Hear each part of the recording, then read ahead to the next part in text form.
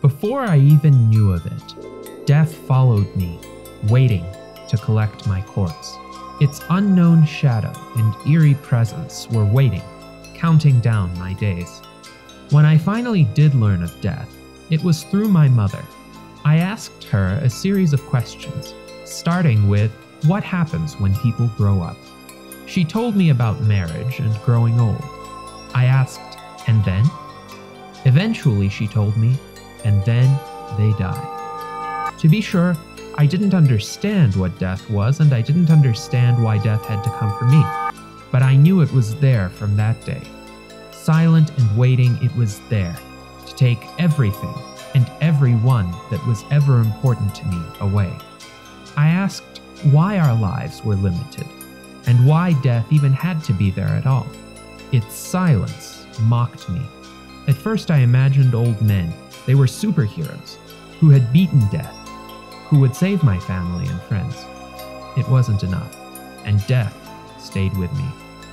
I soon learned of the destruction it had wrought, its history of grim subjugation of mankind.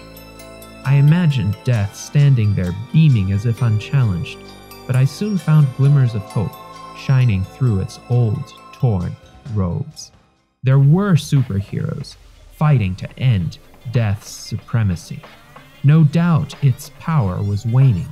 Those who have gone before us have poked holes in its dominance with modern medicine, revolutionary technology, philosophy, and the simple will to live longer than we ever have before. Mankind is winning a little more each day. Death is struggling to maintain its strength. It continues robbing people of their lives and loved ones. Though its days are numbered, death continues to intimidate us, threatening to break our spirits and weigh us down with hopelessness. Every day, people are fighting death. Scientists are discovering ways to cure disease and have already lengthened many animal lifespans. Ambitious projects are underway to target all known causes of senescence through regenerative medicine. Nearly 1,000 people seek death's loophole with cryonics. Tens of thousands of scientists are devoting their talents to medical research and are achieving great breakthroughs. Philosophers and activists are beginning to influence culture and policy. Death, we're coming for you, and you can't escape us. We are too many, too strong, and you are alone.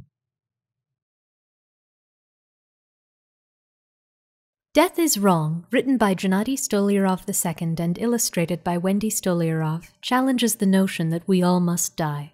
It provides examples and illustrations of long-lived creatures, child-friendly summaries of key scientific breakthroughs, philosophical arguments for life extension and rebuttals of common objections, and inspiring examples of what you could do with an indefinite lifespan.